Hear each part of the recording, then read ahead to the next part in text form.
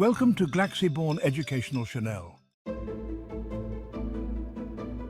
What is everything made of? Why is the sky blue? Will the sun ever go out? What is it that happens when lightning strikes? How come light travels so much faster than sound? Why does an apple fall down from a tree and not straight up? And how can that apple turn into energy that can be used to climb that tree?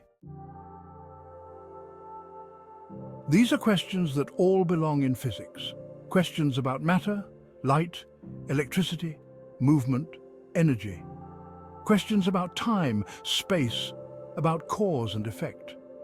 Throughout history, people have tried to figure out how nature works. Based on experiences from daily life, we have formed an understanding of the laws and principles underlying it. Even if you never studied physics at school, you'll have a feel for how things work. We all have an intuitive sense for the laws that govern nature.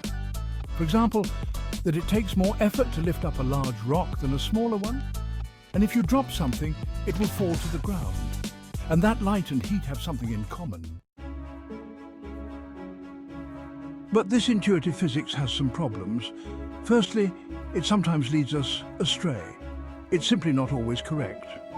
And secondly, there are plenty of questions that we don't get an answer to just by experiencing our daily lives.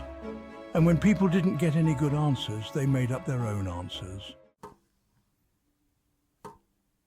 Heaven, people thought, must be a gigantic bowl, and the stars being small holes in it where the light gets through. Earth, that's a large plane resting on 4 elephants.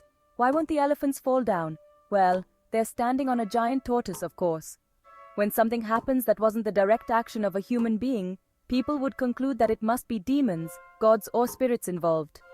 In ancient Greece, where so much of today's philosophy and mathematics has its origin, people thought a lot about these questions. One of the greatest of the time, Aristotle observed, just like anyone could do, that a rock falls to the ground when being dropped. His explanation was that the rock is part of nature and therefore yearns to be reconnected to the ground. In much the same way, Aristotle thought that the moon and the planets had an innate desire to move in circular orbits. Most of Aristotle's ideas were considered to be true for another 2,000 years or so. The Aristotelian physics was pretty well suited to how people spontaneously perceived how stuff works. It had a good fit with our intuitive understanding of physics. Most people's intuition says, for example, that a heavy object will fall faster than a lighter one.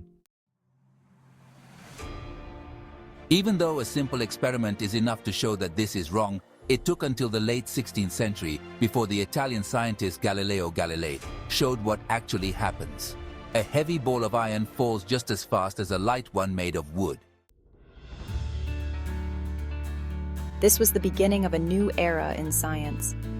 No longer was intuition, dogma, tradition, or religion allowed to determine what is true and not. A new way of reasoning spread based on experimentation, logic, and the questioning of old truths. But this was, of course, not appreciated by everyone. When Galileo Galilei explained that the Earth revolves around the Sun and not the other way around, as Aristotle believed, he was attacked by the Pope and the Catholic Church. Galileo was forced to deny his scientific conclusions, threatened with torture, and was put under house arrest. But the measurements, calculations, and arguments spread by Galileo were so convincing that the Catholic Church didn't manage to stop the new insights from spreading. The era that had now begun was one where scientists started to question the old truths, and where many of the mysteries of physics got new and better explanations. Thanks for watching. Don't forget to subscribe for more effective videos.